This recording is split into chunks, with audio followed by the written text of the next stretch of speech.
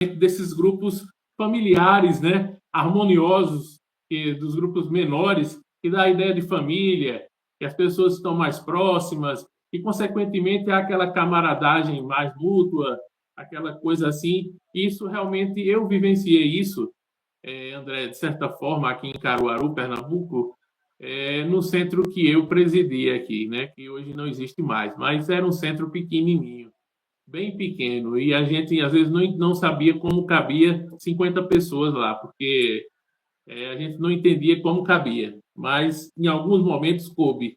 A gente não sabe explicar como, mas eram grupos pequenininhos e isso facilitava todo esse processo.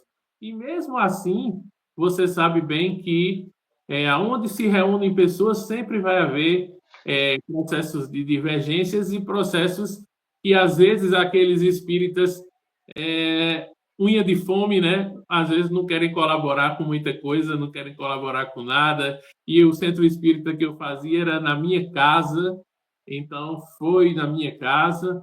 E era aquela, enfim, muitas coisas dessas que foram distorcidas de que não poderia se fazer espiritismo em casa, o centro em casa, se a própria começou com o próprio Allan Kardec assim, no Brasil o tempo todo foi assim, reuniões mediúnicas também em casa, enfim, uma série de dogmas que foram colocados também, né, no movimento espírita brasileiro, achismos ou dogmas que atrapalharam também muitas dessas questões, foram se preocupar com o que menos importava, né?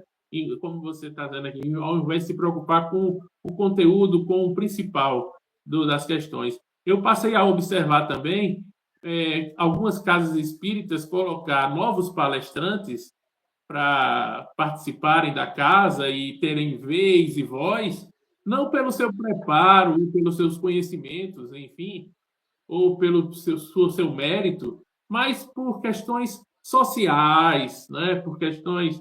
Então, passou a ter uma questão mais classista, às vezes, que o movimento espírita incorporou um pouco dessa questão também, de que o filho do doutor tal, a fulana de tal, que é promotora, o promotor, o juiz de direito, né? O professor, então o médico, o doutor e a doutora, parece que ficou muito impregnado. Não que essas pessoas não possam ter as suas qualificações e não possam ter a fala, mas parece que se distanciou um pouco mais do povo, né? Se distanciou um pouco mais do popular que está ali, que às vezes fica até inibido de falar, com vergonha, porque parece que só quem pode falar é doutor, tem que ser doutor para falar na casa espírita. Então, muita gente ficou, nesse sentido, não se sentindo contemplado. Então, prefere ir para o terreiro de Umbanda lá, prefere ir para outras casas de Umbanda, outros espaços onde ele tem voz, onde ele é respeitado, onde não precisa ser doutor, ter anel no dedo, para poder falar. Isso eu observei muito isso. Você, se quiser complementar alguma coisa, também fica à vontade. Eu percebi isso e isso acabou afastando também, de certa forma. Então, a partir da pandemia, veio aquele momento que fechou tudo, eu também ressignifiquei tudo isso e decidi não voltar a abrir a casa espírita aqui em Caruaru, né? Mas a gente marcou um tempo, marcou uma história aqui com coisas bem legais que aconteceram, principalmente dentro de um espaço físico bem pequenininho e coisas muito, muito bonitas que aconteceram espiritualmente também lá.